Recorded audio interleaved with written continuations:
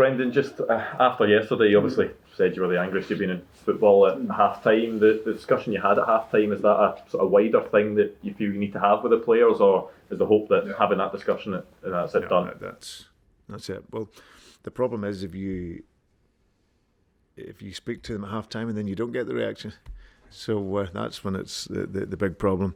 No, these guys have been brilliant. And every now and then you just need a reminder that Celtic's a club where you don't go through the motions, either as a staff member or a player. And we went through the motions in the first half. So for whatever reason that was, we needed to be better.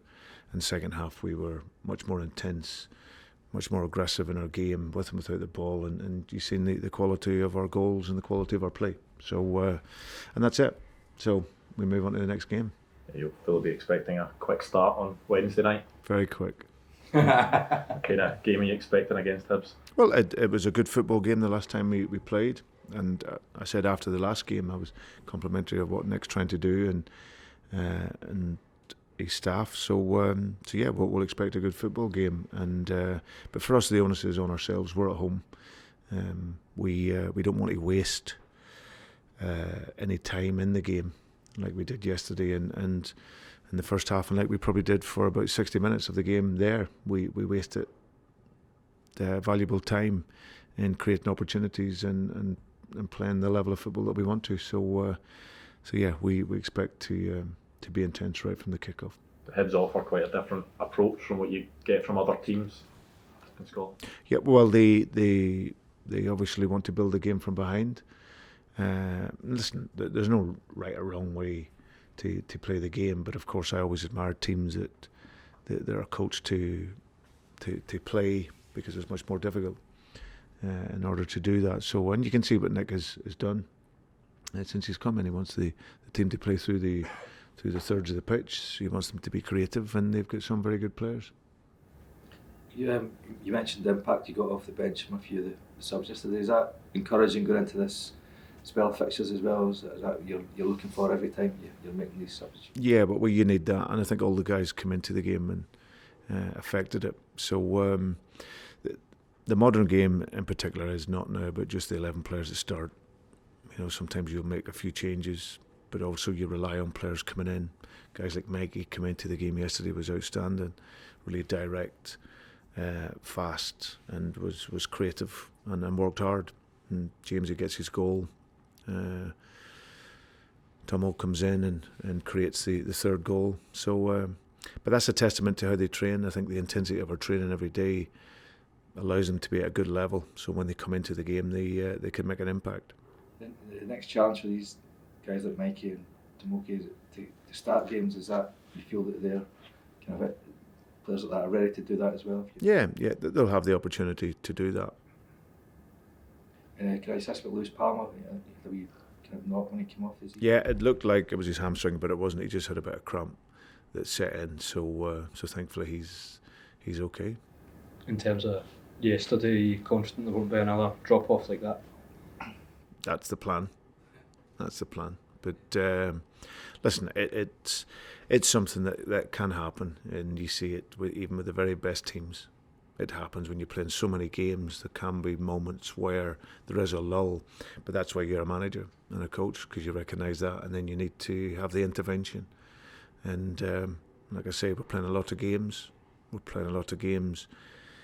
At a high tempo, and that's when we're at our best. So we always have to search for that identity, and as I said, we got it in the second half yesterday, which was outstanding. Can I just ask about Marco Tallio? He was on the bench with his debut last week against Motherwell, but not in the squad yesterday. How's he? Yeah, he's okay. He's training away. I think because we had some injuries, he got himself onto the bench. Obviously, those other players had come back, so he found himself outside of that. And then we've seen Kyogo and O's kind of come off the bench a couple of times, and Kyogo dropped deeper. What's the thinking behind that? And then potentially would you look towards playing them both up front together, maybe a two up front? Can do, yeah. I think that's how the game evolved. I think it's in respect of how the game sits. I think we normally play with a a single striker and 2 wide strikers. So, but like you say, he's come into the game and done very well, and just given us a different dimension in the game.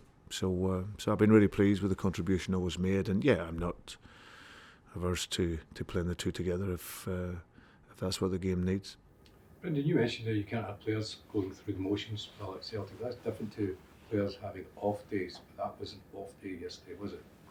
With some players, in terms of some players having an off day, it was just an accumulation of all of them. Yeah, it's just, listen, we started the game okay. I think you've seen that the first minute or so we were in behind and getting an effort on goal. But then we just didn't follow that through. Some of the quality of our play was a bit loose. We didn't penetrate. And for me, it's very, very straightforward, football. And I think what you gain through experience and you take away all the technical jargon of football, the difference in the game is about working hard. That's the difference. And when you're a top team, it's about working very hard. And we failed to do that in the first half yesterday. And when you don't do that, then you can get punished with any team. And we'd already seen that with St Johnstone, where we didn't take our opportunities. And the first time we played, and we didn't. We ended up with a point. So you always have to guard against that, no matter how good a team you are. The start point for any team is your work, and once you put the work in and you play to the intensity and the speed of which you're asked to play, then you see the difference it makes. So it's just about the mentality, working hard, and that is normally the difference. Do you think twice when you're going to say something as stern as that, when you said it was the strongest stuff you've ever said, in terms of how strong you're going to go? You know you're going to say something, but you just say, I'm going to go for it. Listen, there was nothing tactical needed in the game yesterday. I'm very much, you analyse the game, you normally then have the players playing to the intensity level that you want, and then you're looking at little tactical tweaks that you maybe need within the game. There's nothing tactical yesterday. This was about mentality and physicality, and then once you do that and bring that to the game, then you get your rewards. Can I ask you one question about the Euros and the draw for Scotland? Mm-hmm. How optimistic Scotland can be in that group? Well, it's a brilliant draw, isn't it? You know, the team and Steve have done brilliant. 2 qualification campaigns now, so to get that opening game in Munich is a really, really exciting for the players and for the staff, and obviously for the nation. So yeah, that they'll listen. They could be in with a great opportunity to qualify out of a group stage, which would be absolutely brilliant. Got the players, some fantastic players, and a generation now that are coming through, and hopefully they can do very well. But it's really exciting for the nation, and a long way to go before it. But they have that opening game in Munich is, I'm sure, exciting for all you guys. And exciting for Celtic, having a couple of players potentially for Scotland. You've got Matt in Denmark, possible. Yeah, it would be great. I think for players to gain those experiences of those major competitions, it can only enhance them as a player. For guys like Marco Tilio that maybe struggle to get into matchday squads at the moment, we've seen sort of Mike Nawrocki and Gustav Lagerbielke. I know they've had injuries, but maybe haven't featured in matchday squads of late. What's the challenge you set to them in terms of what you want to see from them on a day-to-day basis that can maybe help them get into matchday squads? I think it's always personality. I think that as I said, the young players that are coming in, there's obviously clearly players ahead of them.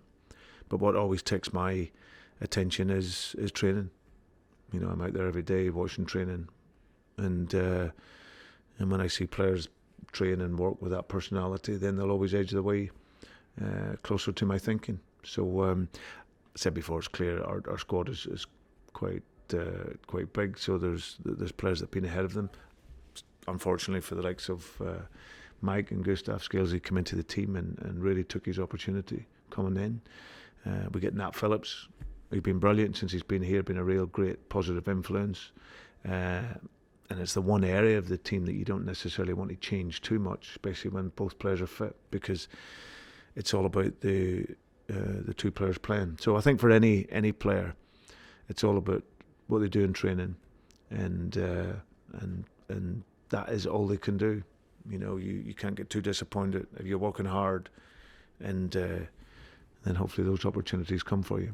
Is the hope that for Mike and Gustav, fees paid for them in the summer, they're on sort of longer term contracts as well, that you will see that development from them over the coming months that will get them to the point where you want them to be? Yeah, I think it's time, isn't it? But it's also when the opportunities come, you have to take them. Can I ask you about Liel Abad? I know he's due back in December. How close is he now? Liel and Dyson are both on the pitch now, which is great news for us. Dyson's probably a little bit ahead of Liel, but I'm expecting at some point this month that they'll be available. Do you think those guys coming back could potentially push the likes of Mikey and James to not work harder but try and keep their place in the team? Well, listen, competition is sometimes the best coach that you can have in the game, and that's something that you always want. You always want the players are coming back. Those are been important players for Celtic, and have been important for me, especially Dyson, because he's played a lot more. So yeah, that competition is important, but also having that self-drive, you need to have that. That's the you can't transfer that. I've said it before, you can create a great environment, a great culture. You can have fantastic facilities. You can have great coaching every day, but what you can't transport is willpower. So that will and that self-drive to improve and develop has to be within. And over my career, I've seen many players have that self-drive that allows them to stay at it, and then when opportunities come, they can take them. See, with Liel and Dyson, you've seen them back in the pitch. Is that themselves, or are they with the pool yet? Are they with the group of players? Yeah, but with the back out on the field with the medical team and rehabilitation team, and then hopefully it won't be too long before they'll be back in with the squad again. So do you think they could be available for selection ahead of the Rangers game? When do you think? Not thinking of that, to be honest, just thinking of Hibs, really.